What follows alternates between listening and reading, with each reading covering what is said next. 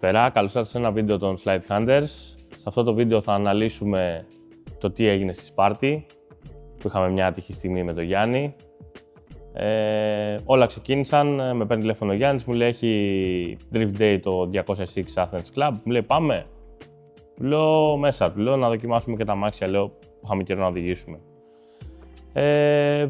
Παίρνω τηλέφωνο τον Βασίλη τέλος πάντων, κανονίζουμε τέλος πάντων τη διαδικασία. Φτάνει η μέρα του φορτώματος, πηγαίνουμε τα αμάξια οδικός στο χώρο από ο οποίος θα γινόταν η φόρτωση. Έρχεται τέλος πάντων η αυτοκίνητα μας, ξανεβάζουμε τα αμάξια και φεύγουμε για Σπάρτη. Εκείνη την ημέρα, ενώ όλες οι υπόλοιπες μέρες ήταν Θεού χαρά, ήταν λες και θα ρίξει ο Θεός με το Θεό. Ξεκινάμε για Σπάρτη λοιπόν και ήταν λες και αρχίζει να πέφτει καταράχτης. Από εκεί που το ταξίδι ήταν 1,5-2 ώρες πόσο ήταν, το κάναμε 3 ώρες. Φτάσαμε 11.30-12 παρά. Όλα ωραία και καλά. Ξεφορτώνουμε τα αμάξια την επόμενη μέρα. Ξεκινάμε να μπούμε στην πίστα να βρούμε λίγο τα πατήματά μας και τέτοια. Ο Γιάννης είχε να οδηγήσει τα αμάξι 1,5 χρόνο, κάπου εκεί. Εγώ είχα να οδηγήσω αμάξι σε αγωνιστικούς ρυθμούς και τέτοια σίγουρα από το 2018. Ήταν ένα ξένο αμάξι το οποίο υπήρχε και άγχος. Και επίσης ήταν και κάτι τελείως ξένο για μένα το RX-7. Δεν το είχα ξαναοδηγήσει, δεν ήξερα συμπεριφορά, δεν ήξερα το SR πώς συμπεριφέρεται στα μοτέρ και τα σχετικά. Μπαίνουμε την πρώτη μέρα, δειλά, του λέω πάμε για διπλά. Μου λέει πάμε. Του λέω μπαίνει μπροστά και θα μπω εγώ πίσω. Οκ.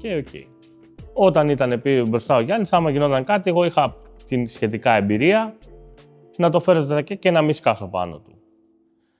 Και εκεί ξεκινάνε όλα. Όταν λοιπόν σε κάποια φάση είναι μπροστά, είμαι εγώ πίσω, τον περνάω σε κάποια φάση, μου λέει κάτσε, άκου, μου λέει θα μπεις εσύ μπροστά, μου λέει και θα μπω εγώ πίσω. Θα μπει εδώ μπίπε και θα πίσω, αυτή ήταν η τέτοια. Οπότε μπαίνω μπροστά, μπαίνει αυτός πίσω. Το αμάξι όπως είπα ήταν τελείως αλλού για αλλού.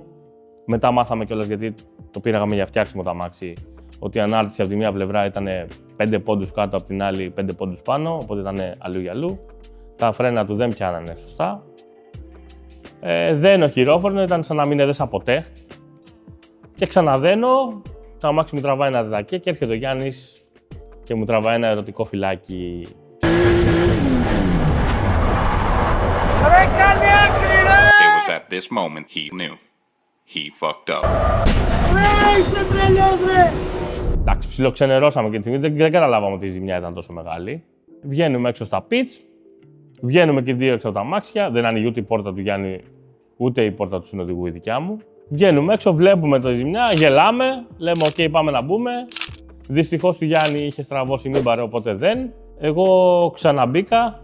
Στην επόμενη έφυγε εξάρτημης κάτι, μάλλον με τον μπαμ κάτι κουνήθηκε και τέτοια. Και έληξε αυτό το θέμα έτσι. Εντάξει, περάσαμε με ένα πολύ όμορφο διήμερο. Τα παιδιά από το 206 Club είχαν κάνει πολύ ωραία δουλειά και τους ευχαριστούμε πολύ για τη φιλοξενία. Θα το ξανακάνουμε άμα κάνουν κάτι αντίστοιχο, εννοείται. Και τώρα αρχίζει η διαδικασία του φτιαξίματος. Γυρνάμε λοιπόν τα αμάξια Αθήνα, τα κατεβάζουμε κάτω, αρχίζουμε να κάνουμε απολογισμό των ζημιών.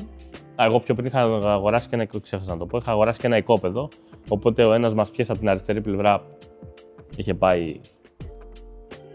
είχε γίνει κομμάτια, εν πάση περιπτώσει. Βρίσκουμε τέλος πάντων ένα παλικάρι το Βασίλη, τα βρίσκουμε στο οικονομικό και ξεκινάει το φτιάξιμο. Θα δείτε και κάποια βίντεο από το φανοπείο που ήθελε, γιατί τα αμάξια τελικά μπήκαν και τα δύο σε καλύμπρα. Ήταν αρκετά το χτύπημα, δηλαδή έσκασε με καμιά 80, στριμμένο το τιμόνι και μπήκε μέσα στην πόρτα του RX-7. Οπότε στο RX-7 υπήρχε αρκετό θέμα. Στο FC όχι τόσο πολύ, αλλά επειδή είχαν κάνει crack κάποια πολυεστερικά και τέτοια, και στα δύο αμάξια φτιάξαμε όλες τις πάντες βάψιμες.